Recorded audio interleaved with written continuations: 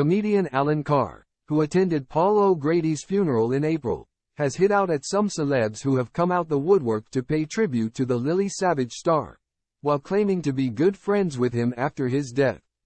Alan Carr, 46, has admitted that although he spent Christmas parties with Paul O'Grady and attended his funeral, he wasn't as close to the late comedian as his real friends, like Julian Clary, 64.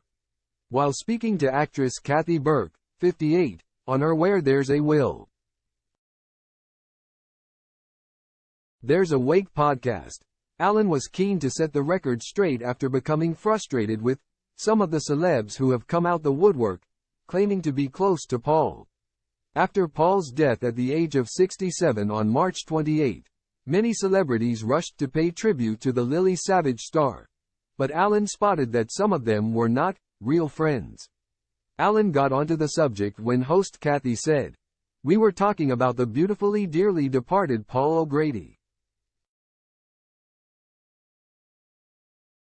who we both knew and loved. You knew him a bit better than me, I think, because I was listening to a couple of your books about yourself and you used to spend Christmas with Paul, didn't you?"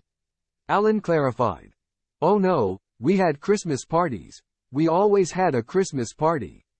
Borders, Carol Vorderman, was there. We'd always get absolutely leathered. We'd have our own Christmas do. It was crazy. We had the best times." The comedian continued, "But when he died, it was so sad obviously, but you don't know what to do when someone dies like that, because he was a friend, but he wasn't a friend, like Julian was. And you don't know how much to say, and you don't want his real friends saying, 'Oh Alan, here you are, ambulance chasing.' Because we've had a few deaths this year, and some of the celebs who have come out the woodwork. I mean there's one, who will remain nameless, but he said,